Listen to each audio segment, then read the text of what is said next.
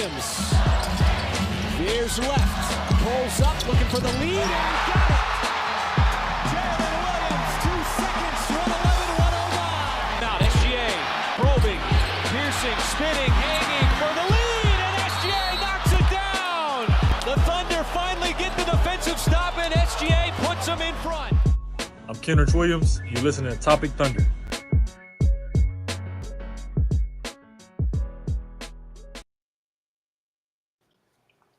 Welcome back to another edition of the Top of Thunder podcast. I'm your host, Dylan Huntsinger at Thunder Chats. We're part of the B-Weave Network, and this podcast is brought to you by BetOnline.ag. Now that's out of the way, we got a great episode planned for you guys today.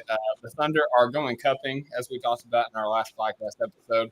The Thunder put on a show in Toronto last night, and probably most importantly of all, we've got a quad pod today. So without further ado, I got to talk about my co-host. First, we got joining us from the Bat Cave, Alex Roig. Alex, how you doing, sir? I'm good, man. I'm good. Keeping it short, man. I want to talk Thunder basketball. I appreciate it. Okay, and then also we got Tierney rocking the hat today. What up, Hat Tierney? It's Hat Friday, as we all know. I'm good. I went and saw Wicked this week. I don't know. I don't think anyone here is a musical people, but I'm a secret musical lover, and I liked it a lot.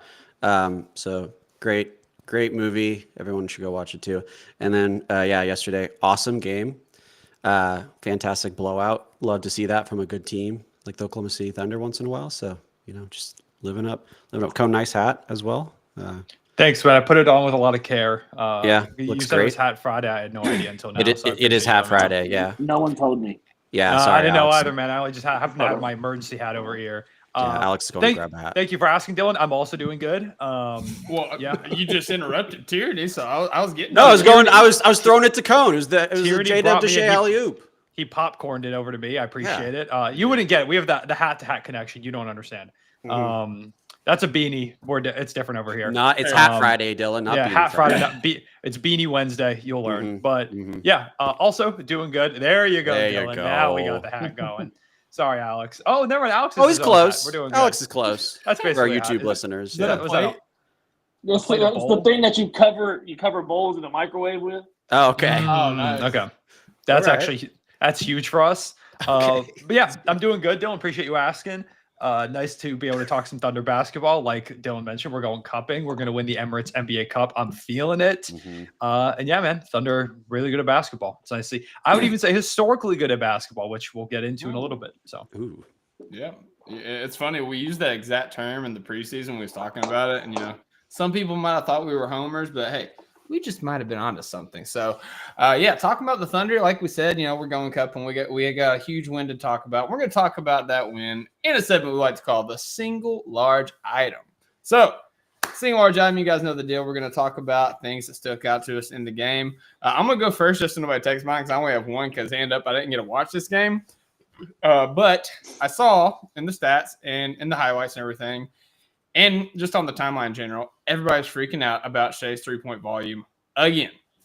And I get it. 1 for 11 doesn't look great on the stat sheet. Doesn't look great for the percentages.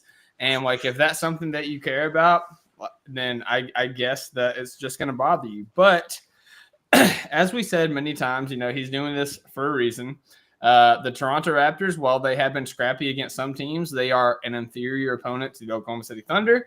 So this is the type of game where you want Shea to get his reps in because, again, if we want this to become an effective shot, he has to get in-game reps to make that effective shot. And I want to say, before you start freaking out, it's working. All right? So we was talking about before the podcast, and Cone dropped a crazy stat, by the way, that Giannis is actually shooting better from mid-range than Shea is this year. So while we were talking, I was kind of pulling up his shot chart. So shout out to shotcreator.com for these stats here. So this year, in the mid-range, Shea is shooting 46.6% from outside the paint, inside the paint, 47.6%.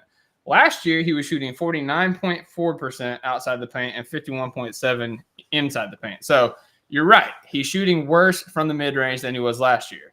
But let's look at two other areas. First, at the rim, he's shooting 72.2% at the rim compared to 69.2 last year. So huge uptick at the rim. 72% at the rim, by the way, as a guard is absolutely nuts. Ridiculous. To shoot that ball, yeah. Good. Absolutely nuts. But this is where it gets good. So last year he was shooting 34.1% above the break. This year he has, despite his struggles, despite just shooting 1 for 11 last night, he's still shooting 34.1 above the break. And he's shooting a lot more difficult shots. He's shooting a higher volume of shots, and he's still hitting that percentage. But where he has increased at is, let's see here. Last year he shot 40% from the corner. This year he's shooting 61.5% from the right corner. So I get it. It's a frustrating process, to see him just trolling, as a lot of people call it, chucking, as people like to call it. Like, it's frustrating to see him go through that, the growing pains, but there's a purpose, and he's working his way to it, and it's working. So let's just take a deep breath, calm down, be patient. Yeah, I mean, Shea could go out there and shoot left-handed while we're up 30 against the Raptors. I don't care. Like, we're winning by like 30 points. Who cares? Yeah, T in the chat was like, got to build reputation for taking them, which I completely agree with. Like, you've got to figure it out. And yeah, I think he missed his first 10. So people are saying he's 1 for 11, but he's made his last one. Yeah, he's 1 for his last one. So let's look at it that way a little bit. But yeah, I think I put this on Twitter too. I don't care if he went 0 for like 2,000. If you're up by that many points, it doesn't matter. And I don't think he's going 0 for 2,000 might worry me a little bit. If it would a little bit in a single game, that would be a little bit concerning that he missed. Also that many impressive, but also impressive because he took 2,000 shots in a game. That's true. I mean, that probably speaks to us getting a lot of offensive rebounds, which is a good trend to have. So honestly, I'm doing okay with that. He would have the reputation for taking them at that point. Yeah. Oh yeah, if you take 2,000 threes in a game, I think people are going to expect that you take threes. Yeah, for sure. Yeah. Hey, in building off of reputation, so he made his last one, but he attempted another one and he got fouled on that last one, and he got 3 free throws at the end that got him up to 30 points. So I mean, that's reputation working within a game. So yeah, he ended up with 15 points in that third quarter too. So I mean, even though he was 1 of 4 there, it's he was fine. I don't. If you are a person who is upset or in any sort of negative mood about his shooting, then you're not seeing the long-term picture here. And you're a sad person. And you're a sad person. Go touch grass. Go touch, yeah. Or snow if it's cold enough. Go yell at a cloud. Yeah, it's just, you gotta it's been how Shea has always done stuff. He tries something throughout a season and it builds throughout the year, and it's like, oh, okay, that's a weapon now. It's not easy to add a weapon to your arsenal in an NBA season, or like just without playing it actually at NBA speed and getting those reps. You can do all the work in the offseason possible, but until you execute in a game, it doesn't matter. So we might as well take him. And I mean, we've seen some nights where he's like 4 for 6 to start the game, or like 3 for 7, and it's like, hey, that's like nice to have for one of the best downhill attackers in the league. If he can have a reliable 3 ball, which looks way better now, he looks way more comfortable taking them. I mean, that's huge. Like, you got to be able to shoot threes at some volume some nights if you want to be one of the best scorers in the league at this rate, unless you're like Giannis, who's just the most unstoppable force ever in the paint. So in-season laboratory, baby. Yeah, you got to get in the lab mid-season. You can't only get in the lab in the offseason. Always in the lab. Hey, you stay ready, you don't got to get ready. That's what they say. So there you go. All right, Alex, I know you might have to go soon, so I'm going to kick it to you, sir. What's your single large item? So I just want to kind of piggyback off of what you said as far as Shea, but just looking at the entire team. We had, especially in the beginning of the season, we've had our struggles this season with the 3-point shot. And it's one of those things where if that shot is dropping at an average rate, then we are killing teams. And that is kind of what we saw yesterday.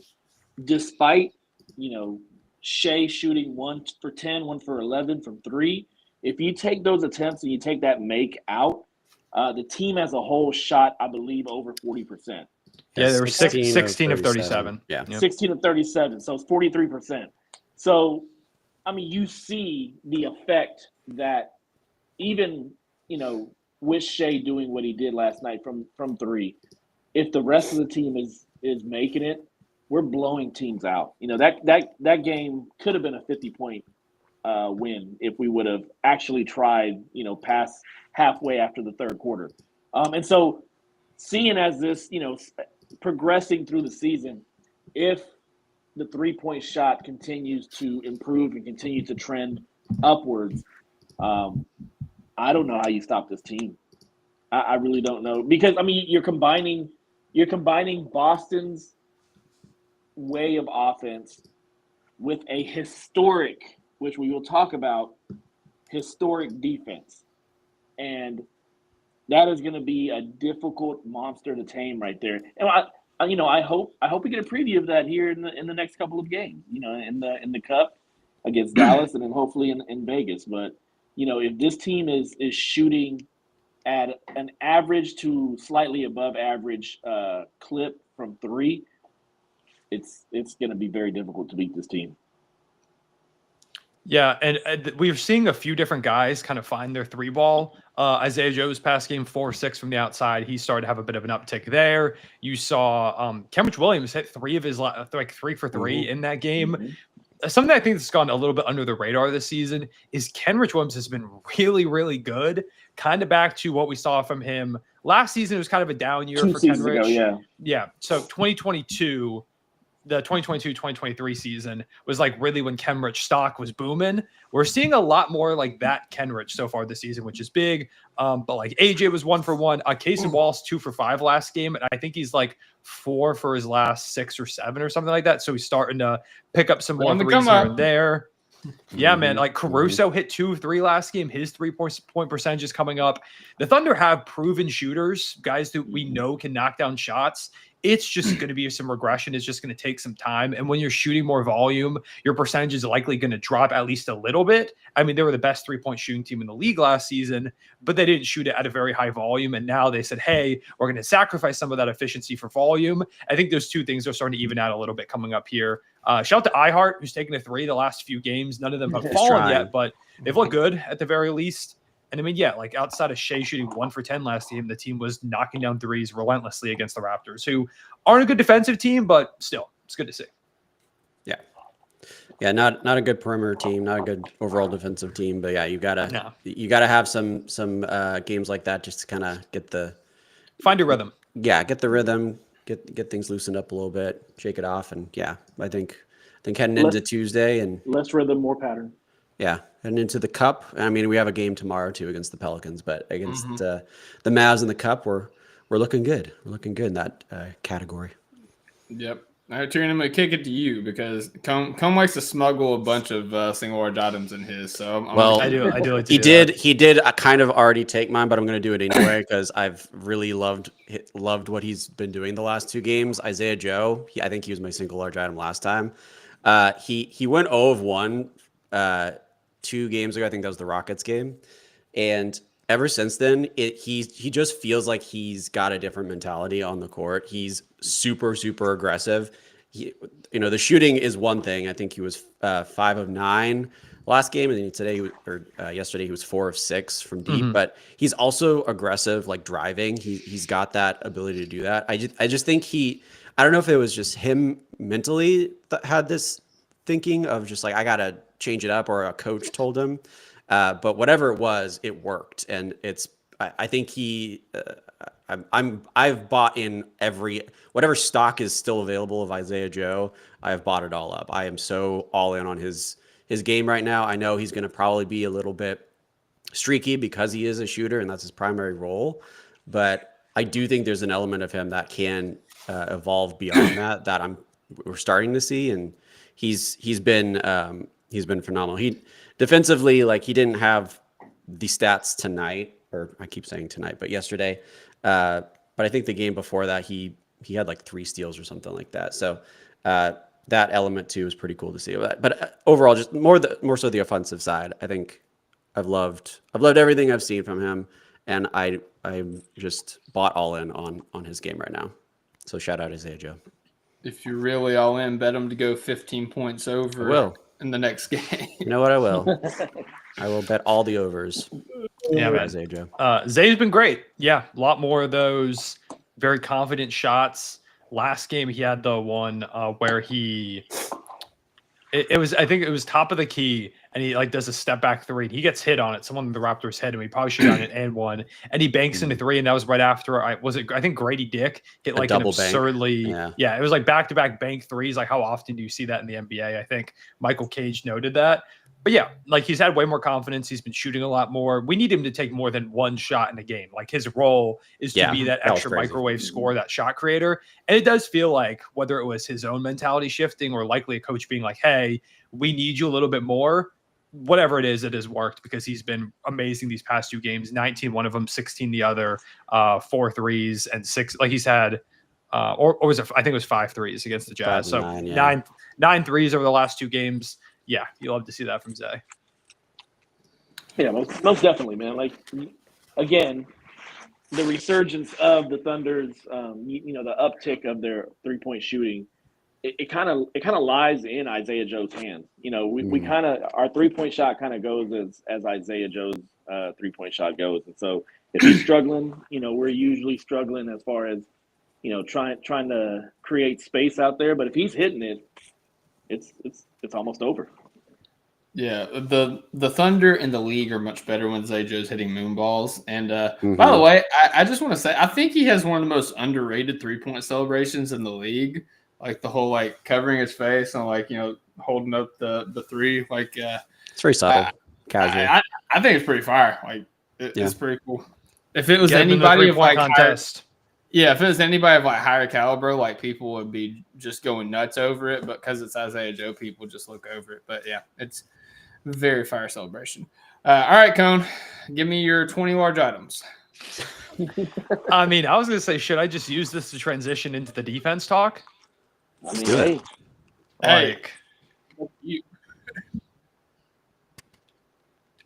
Because it's just the defense was insane last night. The Raptors aren't a very good team, but they have done a lot of crazy things offensively this season. Darko Rajakovic is a really good offensive coach, and also Thunder legend. Thunder legend. And the Raptors had won 3 of 4 coming into this game. I don't think a lot of people knew that. The Raptors were playing some really good basketball, and the Thunder just made them look like they had no idea how to play the sport. They had a win over the Heat. They had a pretty confident win over the Pacers. They had scored in their last 4 games leading up to this one, 119, 111, 119, 122. They had been putting up some points over the last 4 or 5 games, and then the Thunder hold them to 92, which isn't a surprise. I mean, this team's insane defensively. They won this one by 37, but I don't think people realize how good the Thunder have been defensively this season, and we've talked about this, hinted at it throughout the podcast and on Twitter and stuff. I just made a full YouTube video about it earlier today. I made a TikTok about I've been trying to spread the word because we need more people to realize this. The Thunder have one of the best defenses in NBA history. Right now, defensive rating wise, they have a 103.2, which is almost 2 full points ahead of Houston in second place. And that in its own right is an absurd margin between number 1 and number 2. That is a historic margin between the top defense and the second one. But if you look at you can find defensive rating adjusted for error, because obviously our defensive rating isn't going to catch up to a team from the early 2000s when nobody's shooting threes. It's never going to happen. But there is this website that is called Last Night Basketball that has adjusted efficiency for the era that you're playing in. So it makes sure to accommodate that and tries to find what just straight up is the best defense ever. According to the site, the greatest defense ever is the 2003-2004 San Antonio Spurs with a 91.4 defensive rating in their metric. In second place are the 2024-2025 Oklahoma City Thunder with a 91.6, just behind them. And I believe they were in first not too long ago. So according to this metric, the Thunder have potentially the second greatest defense in NBA history. And that goes along with the fact that right now, the Thunder in the season have more steals than turnovers. Which is crazy. This is insane. That's stupid. Yeah, I don't think people realize how absurd that is. And a stat I used in my video today is, so the Thunder's margin is plus 15. They have 15 more steals than turnovers.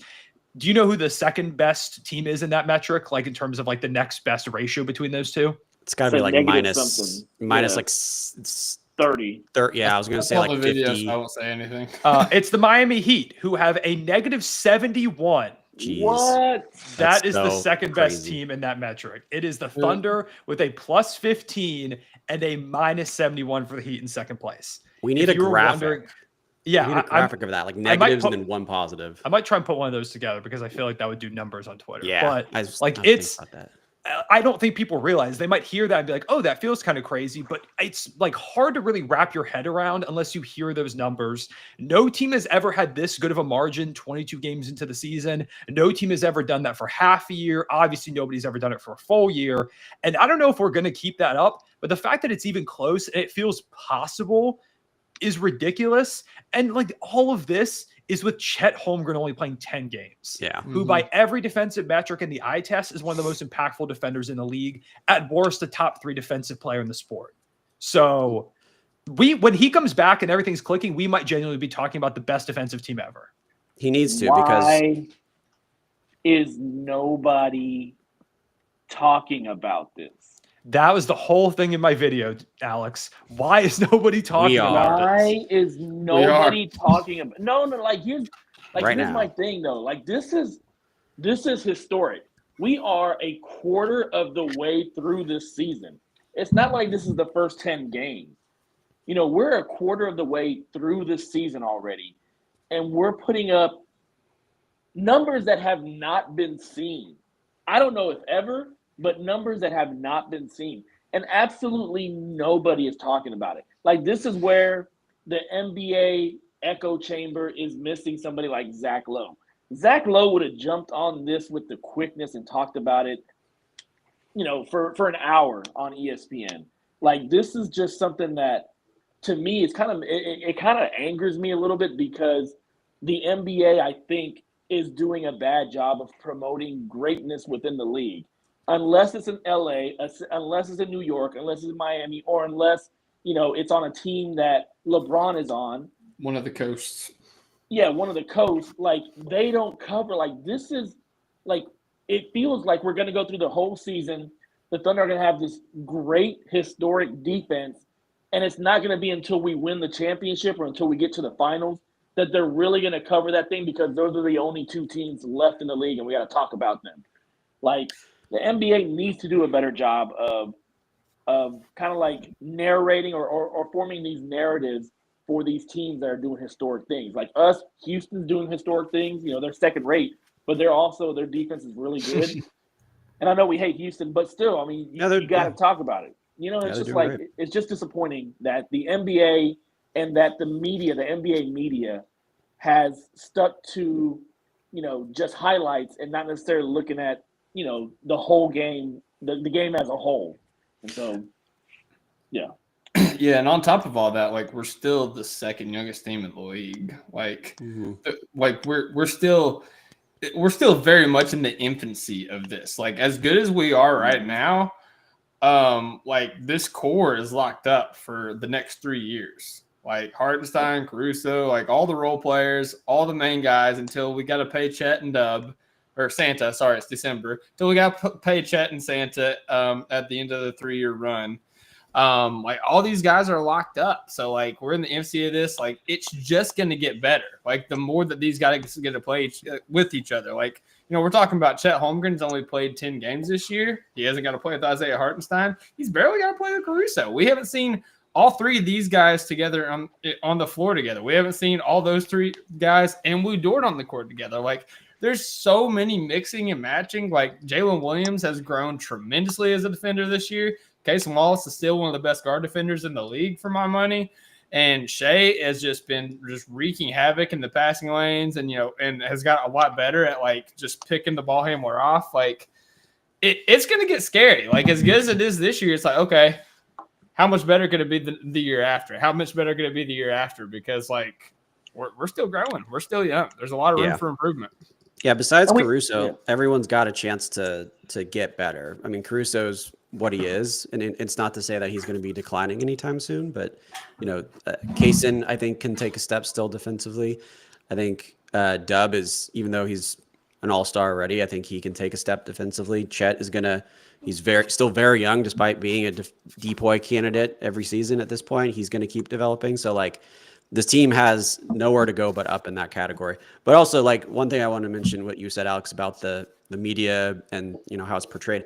I guess part of it is it's hard for the lay fan or the layman, the fan who doesn't watch very much, it's hard to like convey defense as like a marketable thing, which I think is a problem too. And I don't know what the answer to that is, but I mean, everything that's marketable up to this point was like, the 3-ball and Steph, and it's like all flashy and great. And it's like, I get that this is very much needs to be talked about more, and it should, but it's also like, how do you do that? How do you get people to see good defense? And I get that. I understand that. Defense is, when you talk about offense and defense is the boring side of that aspect. But this is historic.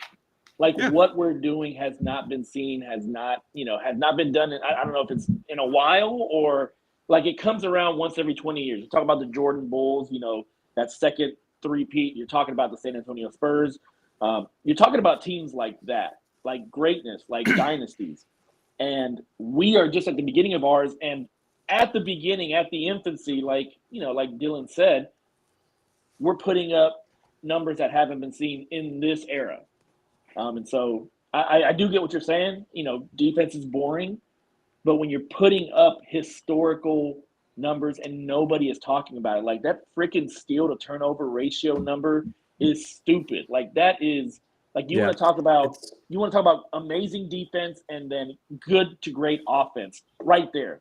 That stat is right there looking at your face. And nobody's talking about it.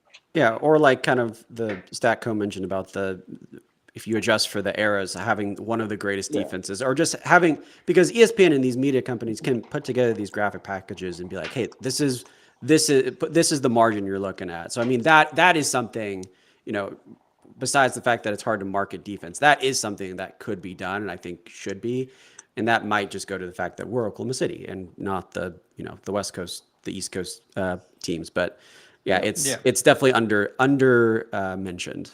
For sure. And I think this might be one of those things that has to be drilled into people to realize. Like when I dropped my video, one of the comments on it was like, all you have to do to be the best defense is like put in a little bit of effort in today's NBA. And I'm like, no, did you watch the video? Historically, they are maybe the best defense in any era, regardless of whatever you think. Like, I just feel like, I don't know. I mean, to me, it almost feels like it might be a Boston Celtics situation where last year the Celtics had one of the best net ratings ever, which, by the way, also right now, the only teams that the Thunder are behind in all-time net rating are the Chicago Bulls from 1996. So that's also ridiculous. They have a +12 right now.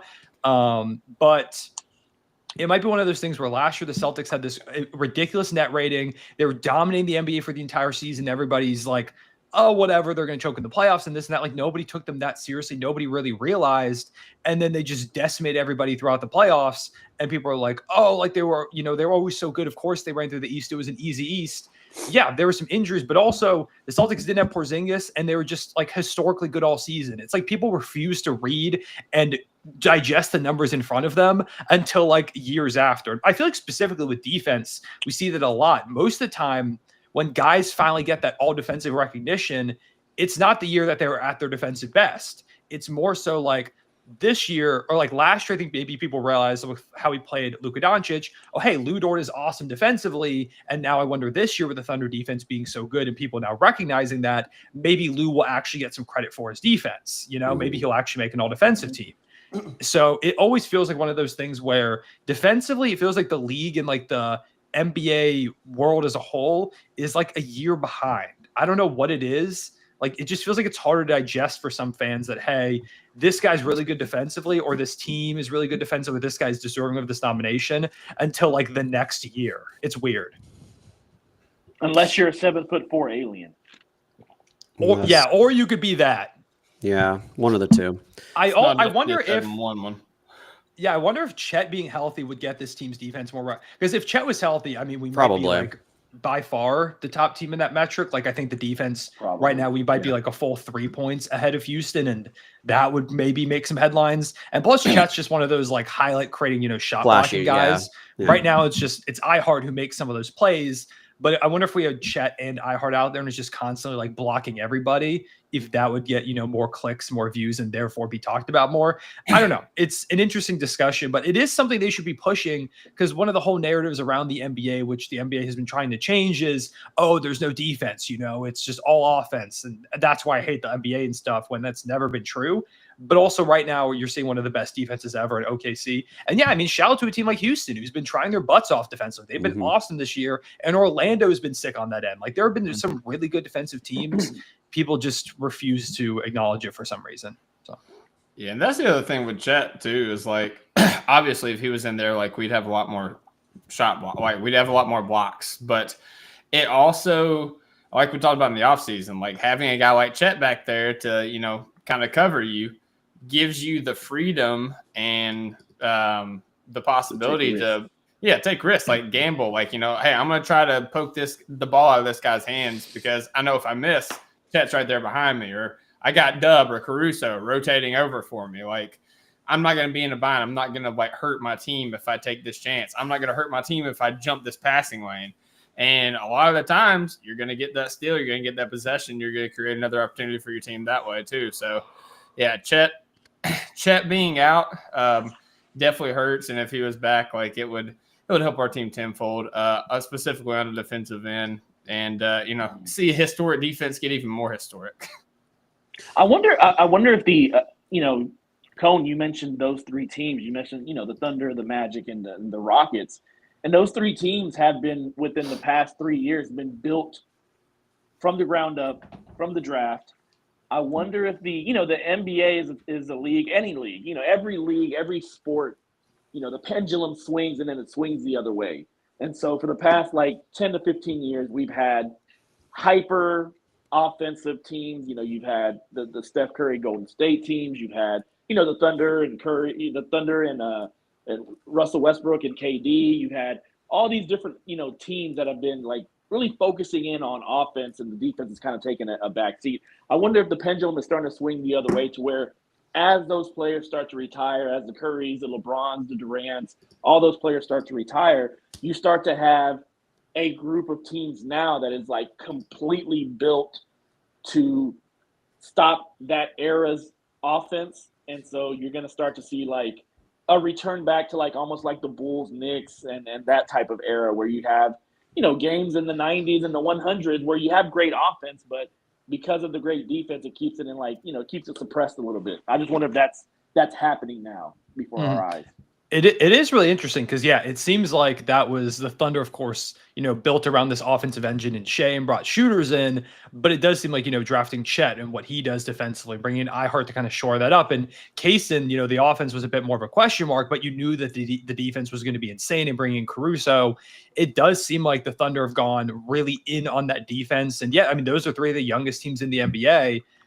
It is really interesting. That's an interesting point. I mean, even Memphis, like, they're one of the better defensive teams too, and they're also a young squad with Jaren Jackson at the helm, and they brought in Marcus Smart, of course, later on in that three-team Kristaps Porzingis deal. Like, Dallas is one of the better defensive teams too. Cleveland is number 9, like Boston's 10. Some of the scarier teams in the NBA are those top 10 teams where if you take a look at the top 10 offenses, like it's the Knicks who are really starting to put it together, but then you have like Sacramento, and, you know, they're not the scariest in the world, and Chicago's a top 10 offense, and Denver's looked pretty rough throughout this season. They're a top 10 offense. It really feels like you find the actual juggernauts when you look at the top 10 defenses right now. Yep, that's fair. And real quick, Tierney, didn't you say in the chat the other day that the Thunder are on pace to like just shatter the total steals record? Yeah, that was one of the stats I had pulled up, but I can see if I can pull that one up specifically. I don't know if you guys remember the numbers. I'll see you on like 15 minutes. All right, sounds good. All right. He didn't. You wanna work hear hard the those stat. 15 minutes. And he said, I absolutely don't want to hear the stat. I do not want to hear historic defensive numbers. Bye, Thank you. He's I'm so opting sick out. of it. It's like, oh my God, all these defensive historic numbers from the Thunder. I can't take it anymore. I'm playing defense on this conversation, and I am leaving. Pick I a am stat, Tierney. the most steals by an NBA team since 2000. I don't have the team pulled up. I can pull it up in a minute, but it was 884. I calculated this by the fact that we played 26.8% of our games, I think was the number. So based off of where we are in steals right now, do you guys want to take a guess at how many steals we are on track to have by the end of the season? You already told us, so like I didn't know if you remembered or not. So it was If like you do 970 remember- something, right? 989. Yeah, I was gonna say just under 1,000. Just Imagine, under getting 1,000. 1,000 steals in a season would be That'd be ridiculous. Only 2 other teams have had 1,000 steals all time. I think both of them were in the 70s when defense was just crazy, Yeah. or 80s. So just an absurd number. And like there has been conversation, not a lot, but there's the thought of can they keep this up? And I genuinely think they can in terms of the effort and commitment they have on the defensive end. It's not like we're sitting here thinking, wow, they've been playing above their level on defense and teams are just turning it over at a larger rate than you would expect. It's all kind of within the scheme of the game. So I am fully on board with the fact that we are going to be shattering some numbers in this NBA era, at least. Maybe not all time in some of these stats, but definitely in the 21st century. While we're on it, I also looked up stocks because it's kind of related. Yeah. Or I'm sorry, maybe I didn't have stocks pulled up. Let me see. I have deflections, so I'll mention that one right now. Most deflections since it was recorded, because it hasn't been recorded for a long time, but I think it started in 2015, 2016. It was actually the Warriors. They had 1,536. And based off of our projections, do you guys want to take a guess at where we are on pace to go this season in total? I think we're on pace to beat that. It's possible. Man, 1,536 is a huge number. It is. It is. I'm gonna say 1690. Okay. The correct answer is even more than that. 1,760 deflections.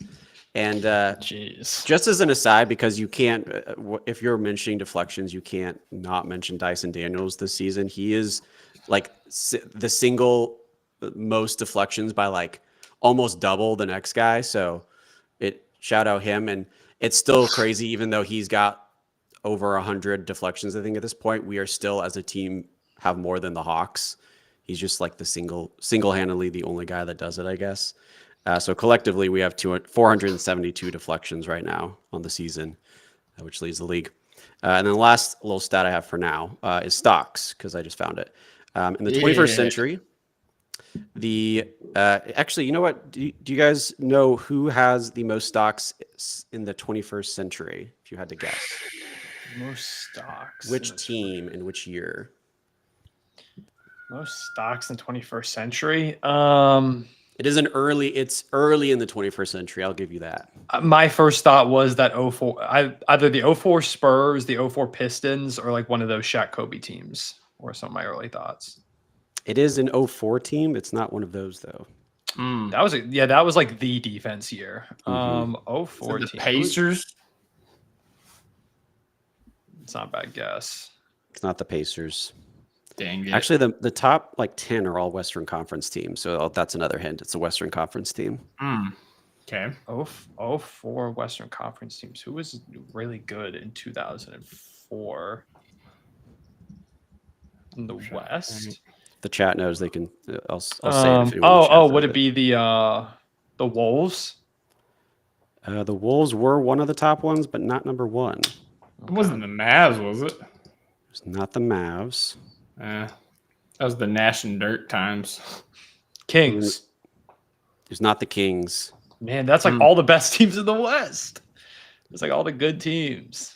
Do you guys? I'll let you keep guessing if you want. I'm just gonna go with all the West teams now. Just list them all. Yeah, you know it. Why not? Vancouver. It is the Grizzlies, the 03-04 Grizzlies. My first guess, first draft. First actually draft. nuts. Where were they in the standings? Hold up. Was Big Country on the team? I think so. This is the Is Antonio Daniels on the team? I don't know what happened. I just lost. They were the There it is. 6th seed with 50 wins, so they were good. They were 6th seed with 50 wins is pretty crazy too. That's just crazy to me because they're not. Like, I don't think of them as like they were. Yeah, they had the 11th best defense that season. They were deflecting the ball for nothing. Yeah, I don't know what was going on.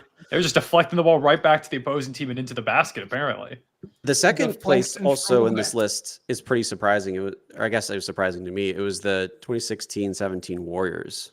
They were right before them. But anyway, they had the Grizzlies had 1,360 stocks, And we are projected to be above that. Question is, how much above that? Any guesses at how many more this season? You said it's how many stocks? 1,360. 1,360. I'm gonna say we hit like six. Like it's got to be at least like 1,600. I guess it depends. I guess it depends. We're not gonna hit that number because I guess This doesn't factor Chet. Yeah, it doesn't factor Chet. Because Chet's been out. I'll bring my guess down to like 1,450. My math didn't factor Chet, so this is just linear from what we are right now. I'm gonna say Say 1,450. 1585. So the linear projection is 1,536. But yeah, without Chet, it will be Retcon. a little lower, but we still have like almost a 200 gap. So Yeah. it is Yep. possible. It is very much possible. And see, they're gonna break like a ton of defensive records, and no one cares. No one apparently. cares. No They'll one learn. They'll until learn. Chet gets back. When I we do win think the Emirates flashiness- NBA Cup, they'll learn. Yes. Then they'll be like, wait a minute, how did they win this with defense? How did they win the NBA Cup? Let me do my research. Let me do a little digging now. What is Maybe this? we should I give read- them Video from more than Cone and a video 15 on Topic national Thunder? television games. Honestly, I also do think, in addition to Chet not being out there as like that highlight making shot blocker, I think we don't really have like a figurehead of our defense. Like we're not like, Yeah. because I think Chet was kind of that figurehead. It's like, oh, Chet is the For defensive sure. guy. Where it's like, if the Spurs are one of the best defenses in the league right now, everyone's like, oh my God, like the Spurs defense is crazy. They got Wemby. Or it's like last year, the Wolves have this crazy defense and Gobert is going nuts. Like we don't really have like that guy, you know, because everyone's insane. We have multiple all defensive caliber players, and Caruso's one of them, and Dort and Shea and Dub and Kaysen and everybody. But I think if we had Chet like at the helm as like that defensive player of the year front runner, like right there next to Wemby, then I wonder if we would get a little bit more hype. Do we need to is it our due diligence to find someone to promote? Yeah, we might need to anoint someone. Yeah, I feel like we need to start like getting that out to the public somehow. Yeah. But I don't know who. I guess Shea is the one that comes to mind, but I don't. On defense? Yeah, I mean he was like, I don't know what his steals are this year. I guess he's a little bit down, but I mean, don't he know who was else our to top promote. all defensive vote getter last season, even though Yeah, Chet which really is should. The wild. fact that Chet didn't make a team is absurd. we could promote Caruso. Get that Yeah, moving he's somehow. been in and out of the lineup. What if I feel like we think get? Dort, I feel like man. I feel like Lou Dort is very sound as an option. Yeah. As like that Lou guy. Dort. That's think what's we go with annoying is like, you're mentioning like, Wemby for the Spurs and like Gobert for the Wolves, but like Porzingis wasn't the guy that everybody was thinking of for the Celtics last year. It was like Derek White and Drew Holiday. It's like, Yeah. Mhm. why can't it be two guys? Why can't it be Chet and Dort? And Chet's gone now, so it's Dort. Like just simple.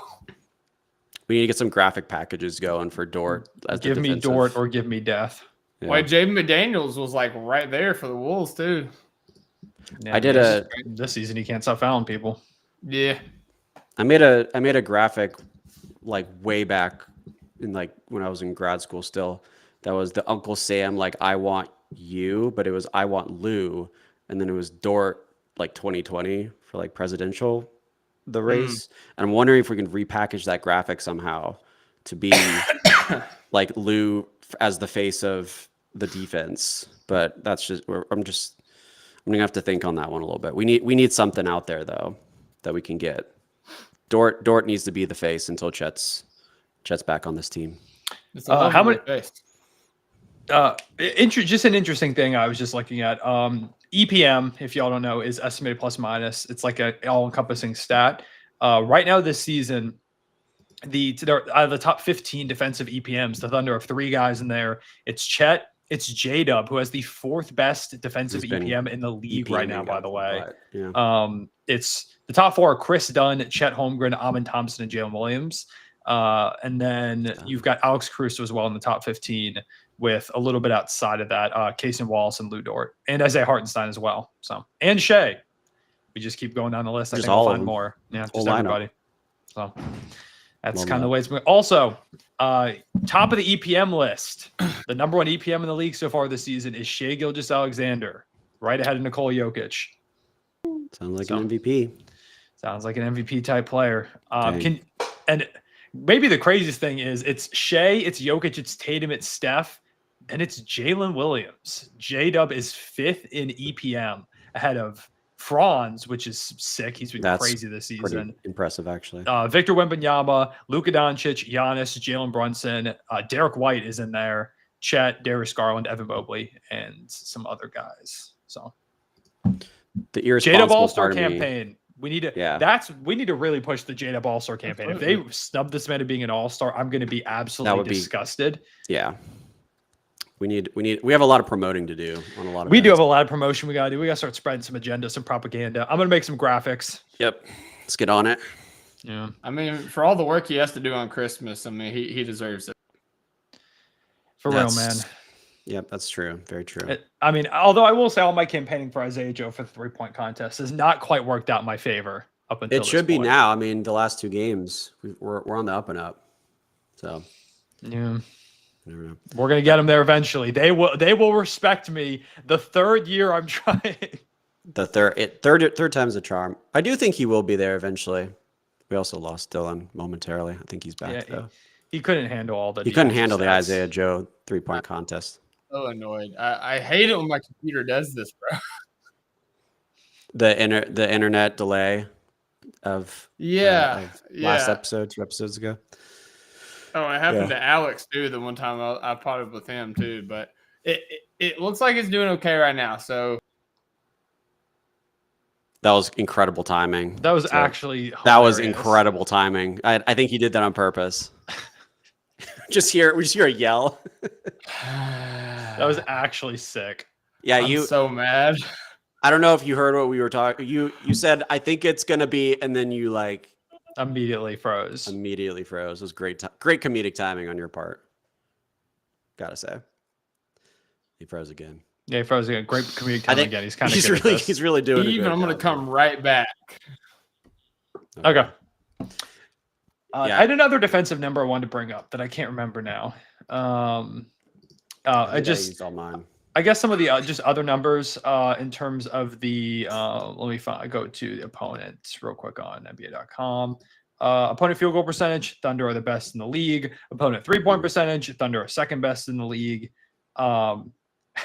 Opponent free throw percentage is the best in the league for the Thunder, which is a very weird stat to also be leading in. So I guess the fans are doing their job of disrupting job. free throw shooters. So shout out to everyone that's there. Opponent turnovers, I mean, the Thunder are winning by a landslide. Opponent steals while also not turning the ball over at all. The Thunder are also leading in that. One of the other ones I was going to throw out there with the deflections is they are also leading in percentage of loose balls recovered on the defensive end, which is like kind of an important part of the deflection if you don't actually get the ball. So the deflections are turning into turnovers. They're at a 64% loose ball recovered percentage. So best in the NBA as well. So they do. They're second place in charges drawn. I'm very surprised we're not number 1. It's us and Golden State who are like way ahead of the pack. Yeah, 25 and 24. Lou Dort's got to keep it up. We got to be number 1. Yeah, we're way ahead of the pack in that. But yeah, I mean, just like you look at literally any defensive number in the Thunder are towards the top. It's very fun as a Thunder fan to like just go through the defensive metrics and just be like, "Yep, we're good in all of them." There's us. There we are again. There's Dylan again. Hey, There's Dylan. Dylan. Wow. Let's try this again. If you wore a hat, it would have been more. It's Hat Friday. It's your computer being like, "How dare Yeah. you not respect the Hat Friday?" There you go. Now we're Now you here. got to leave it on, or else your computer's gonna. Hey, Cone Yeah, took his off. And my computer's not the one that's blowing up. Yeah, It's not me. that's causation, not correlation, right there. Hey, to be fair, this computer was probably purchased around the time the Vancouver Grizzlies led the league in stocks. So, but yeah, if you guys are done, wrapped up with the defensive conversation, I got a little game to play with you guys, if you will. Okay. Yeah, we're good. After a word from our sponsors. Well done. Well done.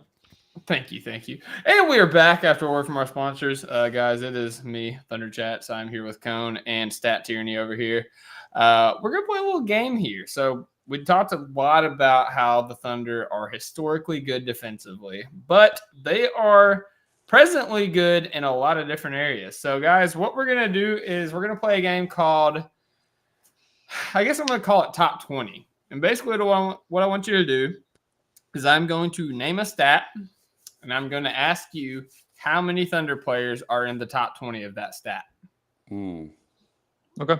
And we can, you guys can come to an agreement on one before you submit it, or you guys can go against each other. I'm open for anything. I say we do team tyranny. I think that'll be more fun. I agree. I want us to beat Dylan. Yeah. You're not beating me. We're beating Yeah. you. It's us versus you. It's the hats against the non-hats. Yeah, Mr. All right. Number. The hats versus the beanies. That's cool. All right. Well, let's get started. First off, top 20 total points scored. Total points scored. Oh, just okay. Probably in the top 20. I guess 2 would be the most likely guess. I don't know if Dub's there. I think it's just Shea. You think It's it's top- just Shea? Yeah, top 20. Like, I mean, there aren't as many point per game scores as here. What is Dub at right now? I think Dub's at like 22 Yeah, around. low 20s. That'd be top 20. I think he's right there on the cusp. He's going to be like 19, 21, 20. If I had to guess, I think he'd be like Dylan 20. probably did it to where they're very close on a lot of these, so Yeah. I don't know. I'll go Is- 1. Wait, is this total points scored or points per game? Total points scored. Like I said. Total points scored. Okay. Thank you for listening. It's the Thunder played less games than a lot of other teams, so it's gonna That's be just true. one. It's Yeah, just one. so yeah, I'm gonna go 1. It is 1. Shea Gilgeous-Alexander actually leads the league in total points scored. Jalen Williams is number 23 with 600. No, sorry. Which one is it? Hold on. Imagine if Shea played the fourth. 697. No, that's not right. 478. That's what it is. Okay, sorry. Nice. There you go. The numbers aren't grouped together on my screenshot here. So he is actually 6 points away from me in the top 20.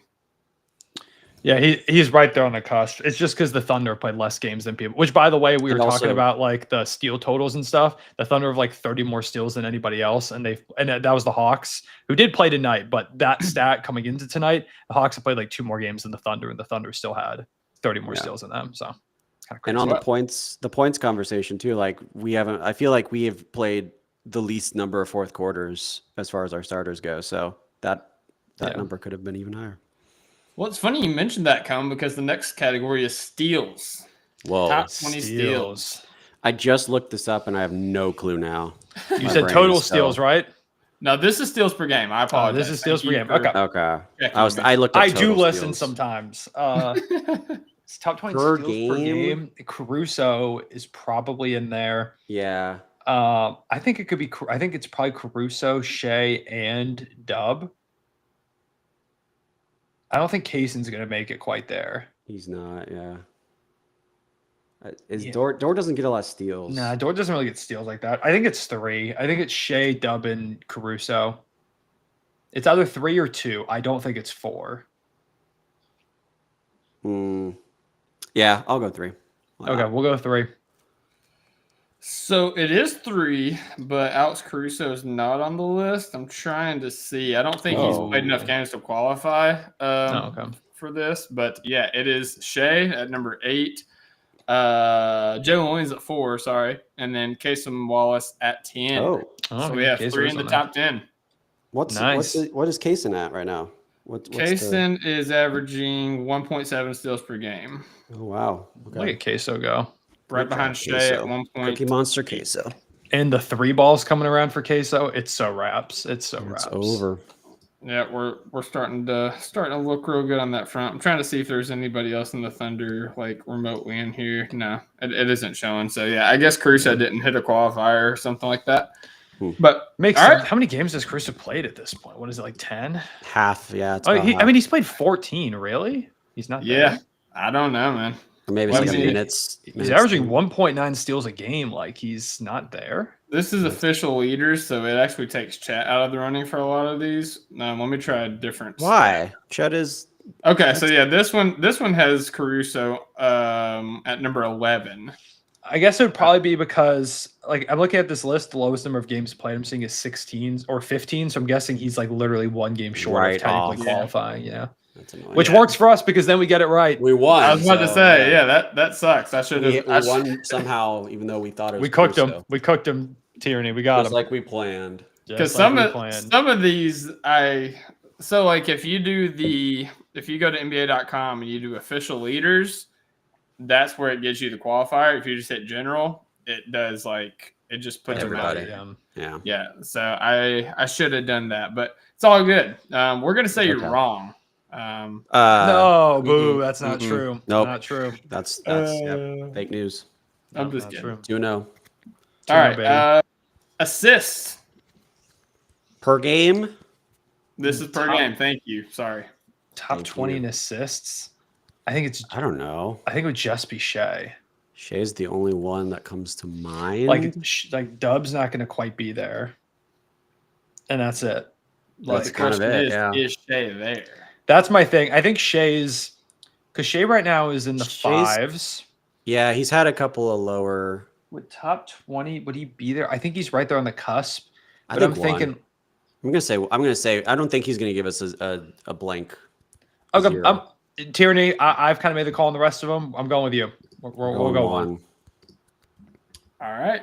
It is one. Shea is number 17. He is actually at Yeah. 6.5 assists per game right now. Wow, damn, he's that Okay. high. Nice. There He you had go, like Shea. Yeah, I thought he had not had that much the last couple of games. I thought he was at like 5.8 or something like that, Yeah, which would probably have him like 25th or something like around Dang. that range. Yep. So Good for him. There's that for Shea. we lost him again. We're too good at the game. He quit. I think he just quit. I think he took his ball and went home. I think he left. Yeah, Shea's been actually like getting a lot. I just looked it up. He had 11, 5, 9, 5, 7, 5. Yeah, he's been pretty I'm good. gonna rage. You're back. Oh, to you're back. hear you We- say you rage. and he's disappeared. And then immediately he disappears. Amazing, bro. We need to GoFundMe get done. Oh, there's both Alex and Dylan.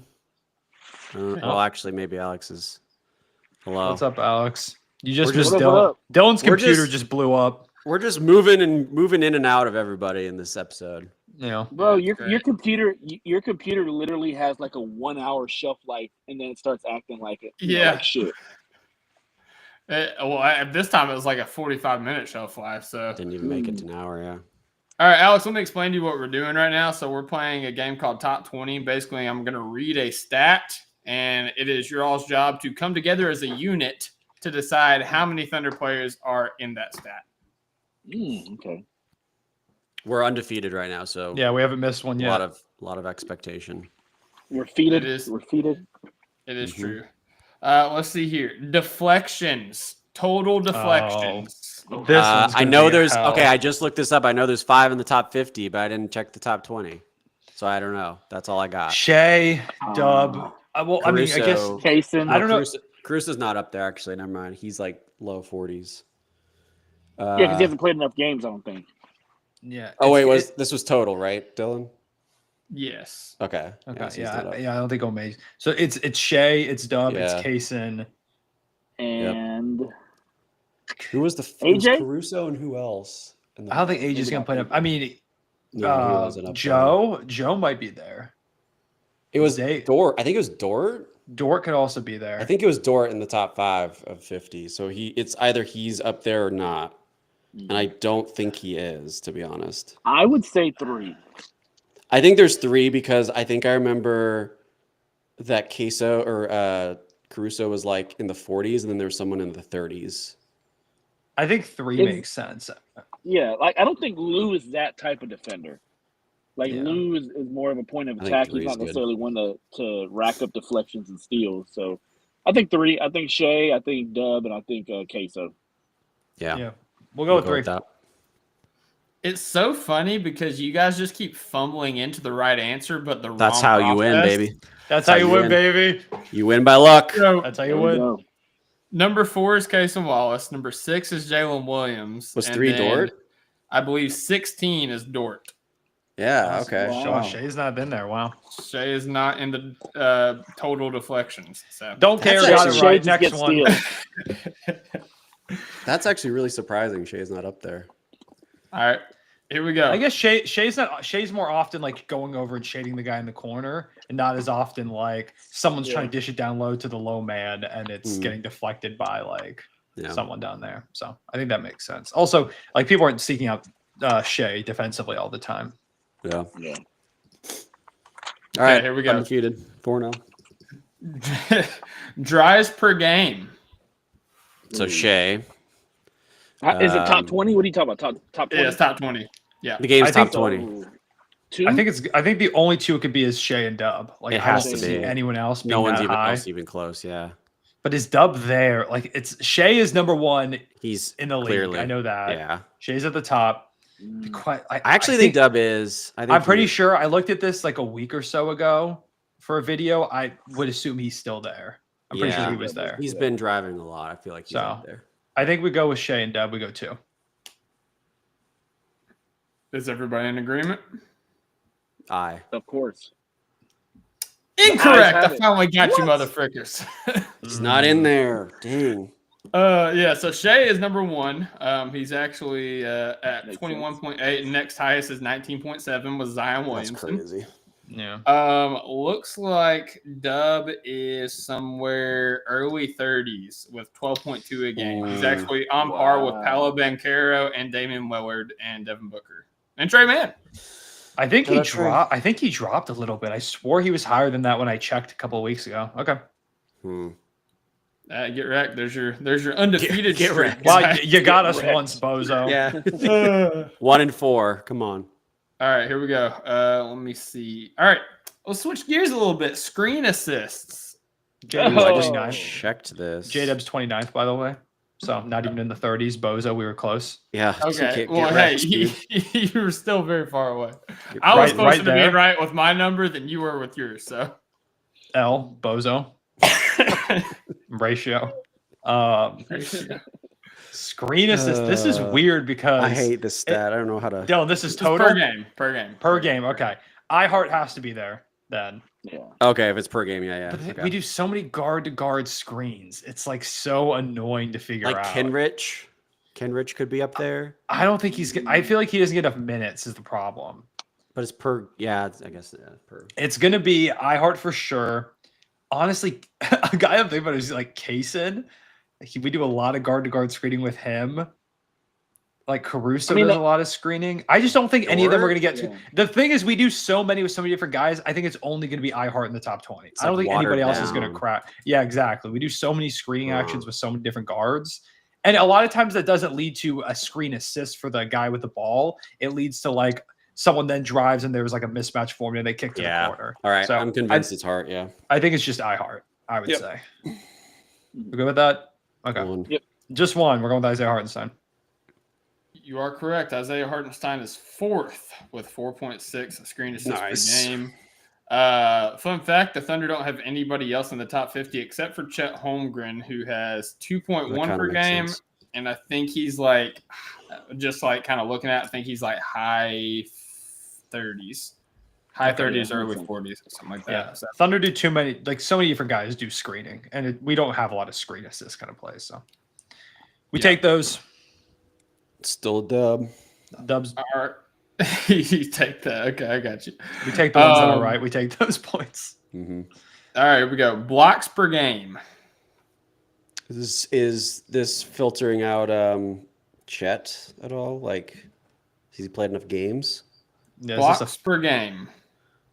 We need to know if Chet is on this list. is this official leaders or no, Dylan? This is general. Blocks General. per Okay, game. so Chet Holmgren is on there then. Okay, I don't. Oh, actually, I don't know if iHeart's on there. He's had a couple games where he's like not had a lot of blocks. yeah. He hasn't played that much. So top 20 though. I think anybody who's got like but I think he's probably still like a block and a half. And like I feel like that's gotta be Yeah, top I- 20. I think that's top 20. I think it's I think 2. I that's- think it's going to, yeah. I would say 2. I don't Hmm. think Shea's not there. No, I I don't don't, think think any Dub- of the guards were there. I don't think Dub's gonna be there. Yeah, I would say we just go 2. Yeah, Chet and Hart. I'm Chet actually. Hart. It might just be Chet. I think iHeart's gonna get there with he's got to have like 1.5 blocks per game, like around that. He's had a Okay. couple games where he's like had like 3 or 4, even though the last few he's only had like 1. Yeah, So- I'll go 2. I'm just worried. It might be close. He'll be close. 2 is correct. It is Okay. Chet and Hartenstein. Chet is number Nice. 3 with 2.6. Hartenstein is number 18 with 1.4. Yeah, he's Yeah. right there, right about Makes 1.5. sense. Makes Tied sense. with Jonathan Isaac and Isaiah Stewart. Yeah, because he had like I think he had like what 4 that first game against the Blazers, and he only had like 1 the past few games. Yeah, Mhm. Yeah, something like that. he feels like a case of like Chet, where I swear he gets more blocks than they give him. All right, I got a couple more here They for you they guys. only count the blocks where they block it and they get hurt. Those are the only Yeah. ones that they count. The ones where Yeah. they block and fall on like a hip or a pelvis or something along They those have to lines. land directly on a bone or joint. Yeah. And scare Okay, the shit out of us. of course. Rebounds per game. General. Top 20. Top 20. Rebounds So per that's game. iHeart, and that's going to be Chet. I heart Chet. Yeah, there's no way anyone else is top No. 20. There's no way. Yeah. Yeah. Okay. Just I heart And Chet. iHeart maybe. I mean, if we're just going off of just number, he may be like top 2, top 3, maybe. He Yeah, he probably had a is great top. start. He's top 5, but he's probably averaging like 12 and a half, like 13. He had like five straight double doubles. It was or something like that. yeah. And he had 16 his last game. Yeah, it's got to be 2. Final answer? It's final. Yeah. Yep. It is 1. What? Isaiah Hartenstein is number 3 with 12.9. I'm pulling up Chet right now. I believe he was. I know he had like 8.9 rebounds. 8.7. He's 26. Oh, Just you know that. what messed him up? The injury game. Yeah. That's not right, Dylan. That's not Listen, right for you to do I'm that. just reading the stats. All right. Not right. Man, that ruined because he had 4 the game before against Houston, and he only had he had 5 against Houston the game before, and then only 4 in the game he got hurt. That ruined his stats. That's Not right. devastating. That's devastating. All right. Yeah, I'm trying to pull up another one while we're going, just to see what it looks like. But while we're doing that, I do have clutch points. I think this is per game. See, Yes. this I don't know how this one will be because is this total clutch points, I assume? I definitely just said per game. Okay. I didn't hear that, my bad. I Clutch completely points ignored you. per game. We've not played a lot of clutch games. I was thinking like there's so few games that Shea has to be there. Like he scored. Like he had a bunch of. Like But even though we Shea haven't played that and many Dub clutch have to be games, Yeah. Shea for sure has to be there. Dub, I'm a little bit back and forth. Although he's like the secondary clutch guy for us. I'm just trying to think. Like there were so many teams that have played so many clutch games. Like it just might have opened up more opportunities for other players. I know for sure Shea is there. I have no idea. 'cause Actually, I think it is 2. I think I would go Shea and Dub. I think I would. I'll go with whatever you guys say. I have no idea. We've had not enough games. Wait, Dylan, is this just general or leaders? Because Chet could theoretically be there. I believe this is general. Yes, this is general. I still don't know if Chet gets there though. No, because his points per game might be dragged up. No, because the Warriors game wasn't a clutch game. Well, I mean, no, yeah, say you just got to go 2. remember all the games they played in the beginning, basically for the most part, were outside. Yeah, that's true. Nothings. They kind of just annihilate teams. Yeah, you're right. All right, we'll just go 2 then.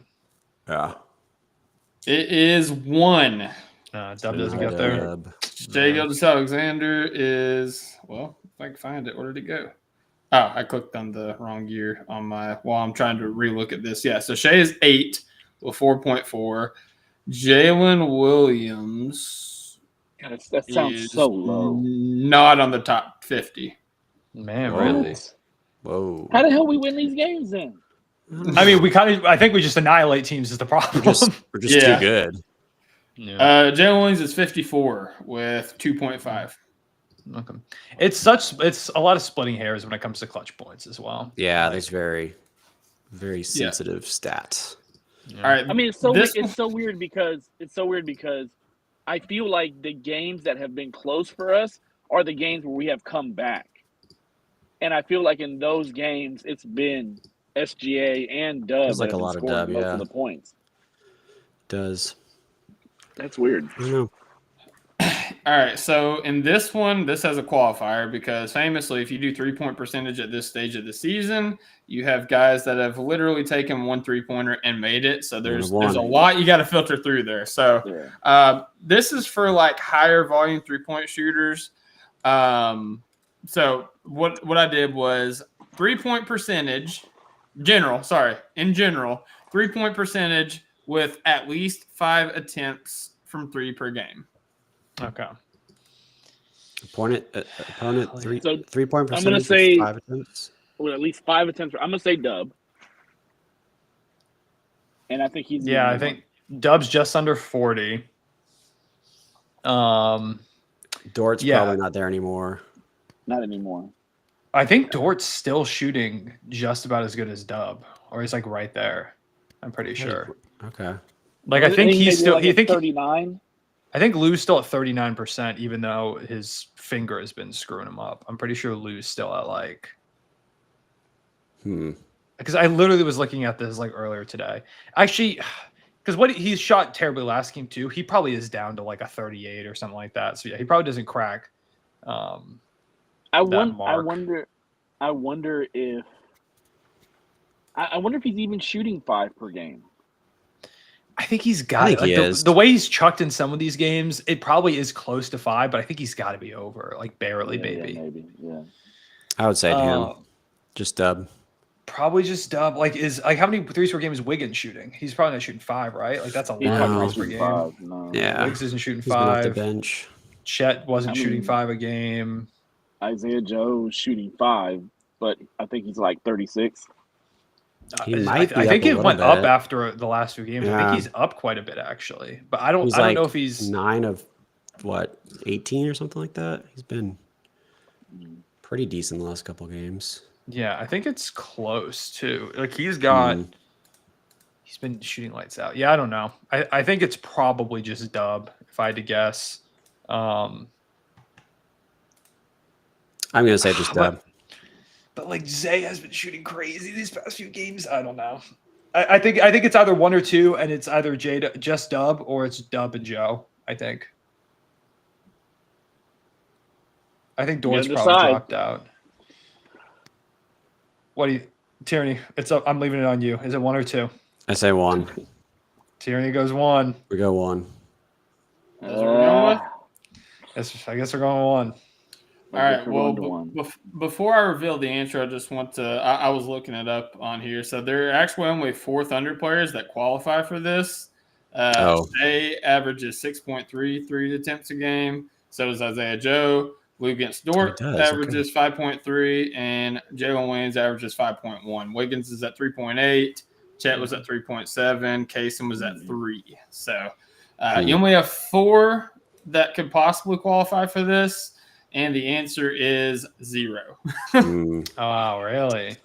Yeah. Damn. So yeah, I just Dub looked is at at it. 34, Isaiah Joe's at 36, and Dort is at 40. Dort's Dub at is not 40? 34. Oh, is this in Oh. game? This must be in games where they shot at least 5 threes. is the way Oh that yeah, this it is. filtered. I'm looking at a difference. Yeah, I'm looking at just. Is it? I think yeah. it probably filtered for games in which they shot at least 5 I see. threes. No, it Isaiah- filtered for players that average 5 3-point attempts per This game. is So it did saying- per game. Because Joe's shooting 39%. 38.9%. Yeah, Dub is Yeah, shooting bro. the same. Do y'all realize how many people are shooting 5 attempts per game and shooting It's high the percentage? way you the way you worded it sounded like the percentage they were shooting on the season. That's the way. It is a percentage they're shooting on the season. You didn't say I that. just, no. You I looked No. this up earlier. Okay, all the wires got crossed. You said 36 and 34. We interpreted that as you not saying that was their No, not the standard. Yeah, percentage. that's Oh, where got it. mixed up. Okay, I got That's it. where it got Wires are mixed up back. between us. Okay. And I then apologize. when I tried to explain it, it crossed the wires again. We had like 4 different layers Uh, of wires We're being back. crossed. Okay. I okay, looked this we're up here. today. Guess how many threes LaMelo Ball is attempting? It's something I- crazy. I won't say because I know. It's like isn't it like 12. 13. Yeah, it's crazy. 13 a game. He puts up some crazy shots. I've been betting a lot of his PRAs this year. I mean, just- he's he like shucks it. modern day tall Allen Iverson. Some of his threes too. He He'll kind of just is like just Allen Iverson with like wearing like 12 pairs of socks. yeah. Yeah. His half court threes too, where he just like doesn't even really jump. He just kind of goes off his tippy toes. Yeah. It's funny. He literally plays like he did back at Chino Hills in high school, just in Yeah. the NBA now, and he's averaging like 30 points per game. so great. He's so fun to watch too, man. Yeah, and it's really fun. you have your opportunity to watch him in Oh, OKC. great segue. Look at him go. on March 21st. That's professional shit right there. Yeah, it's gonna be a great time. So the link is in our bio, or not our bio. It's the link is in our pinned tweet on Twitter.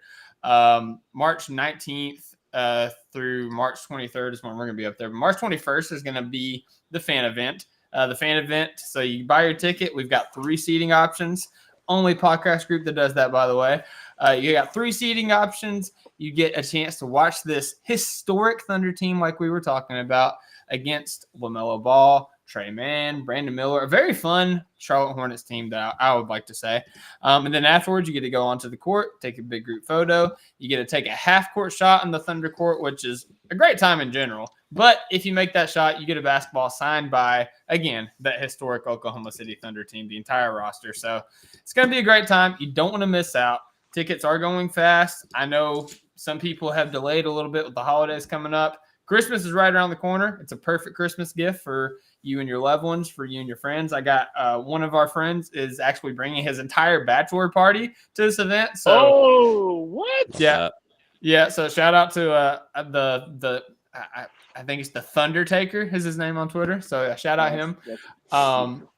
But yeah, we've it's gonna be awesome. It's gonna be a great time, and you're gonna meet all of us and our beautiful faces as well. And I won't be as cold then either. So, but yeah, find us at OKC Topic Thunder. It's in our pin tweet, and buy your tickets before they sell out. I'm starting to pick up basketball next weekend, so I'll be shooting my pickup or my half court shots pretty regularly now in preparation. So just as a warning to you all, just be ready for the runs also for the podcast / media member basketball runs.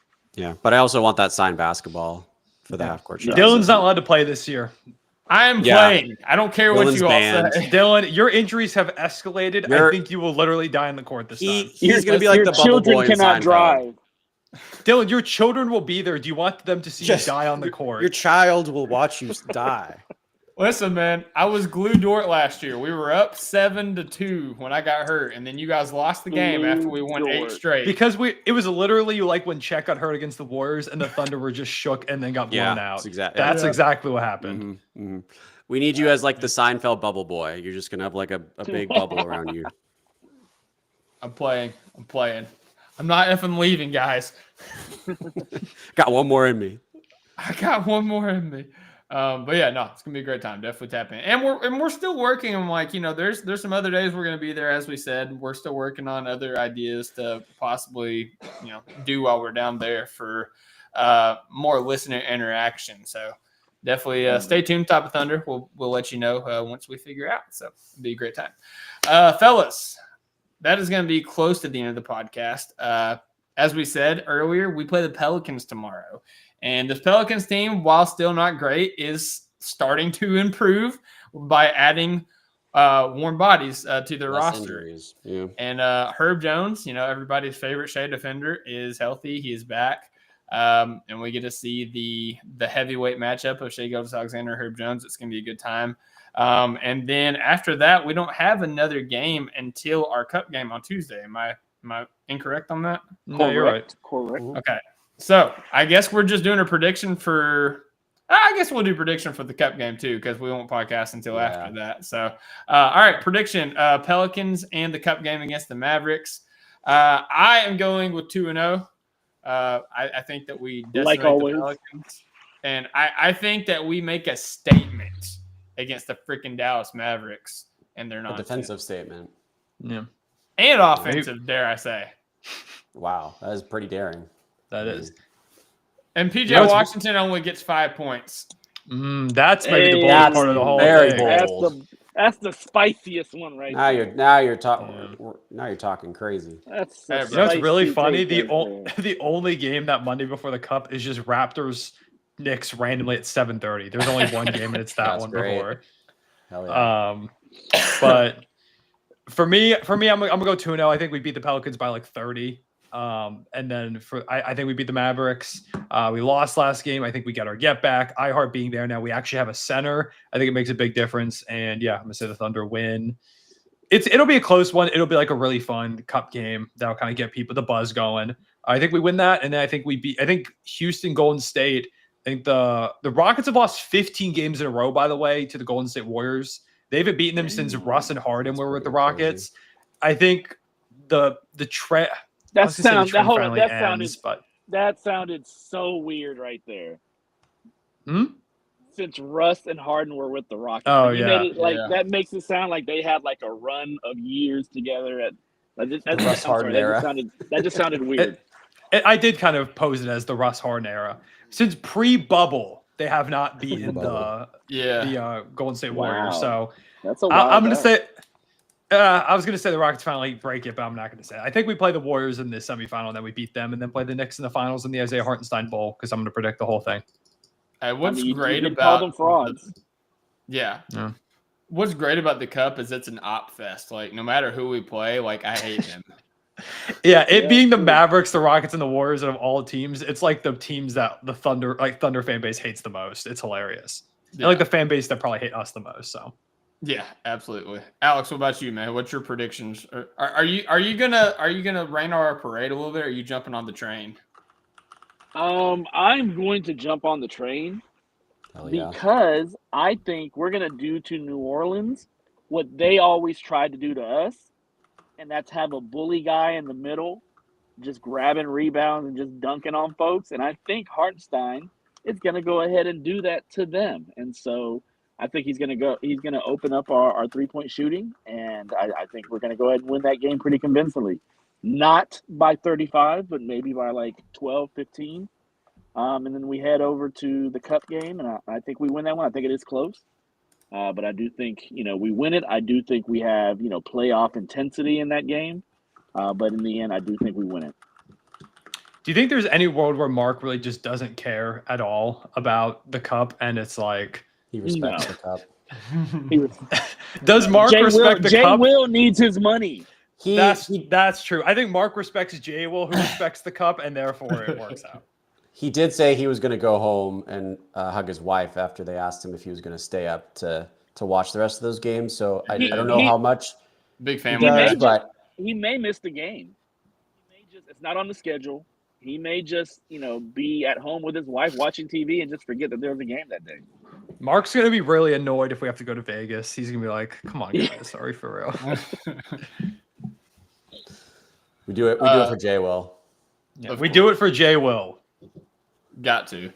All right, Tierney, about you, man? What's your prediction? Sorry,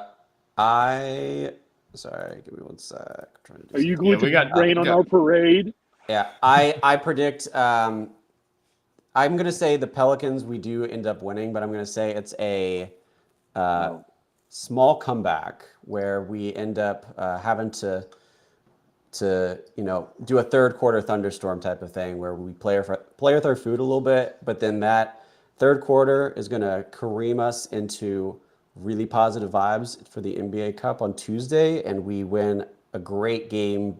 I'm going to say it's like a 5-point win, kept close the entire game. So 2-0 as well, but in a little bit more of an exciting fashion. Third quarter thunderstorm. I like that. I'm worried that we aren't going to be able to handle a multiple 30-plus point game victory type of thing. So, I will say this: New Orleans has gotten a lot healthier in the last couple of days, and when New Orleans is healthy, New Orleans is good. And so this is not they cut Alfred Payton though. Oh yeah, I know. 21 assists, beautiful. This is not the same team that was playing with, Jeremiah Robinson Earl starting in the middle for them. Like I think it's going to be a little bit more competitive than we think.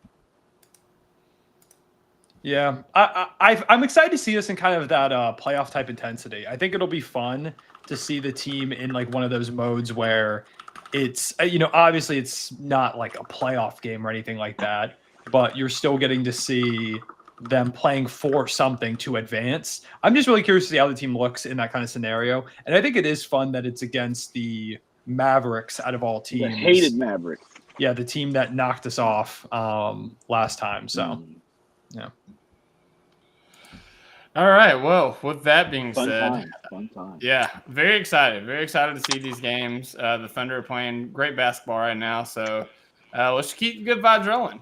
Keep the good times rolling, and let's respect the cup. Let's go win the dang thing. All right, let's go win the whole freaking thing. Let's win it for J Will. Let's get J Will his money. Absolutely. So with that being said, guys, I want to thank everybody for listening to the podcast. If you enjoyed, go ahead and subscribe to the channel. Hit the notification bell so you miss out when we go live. Like the video. Comment down below if you think the Thunder are winning the cup. And yeah, with that being said, hope everybody has a great night. God bless. Hoop when you can.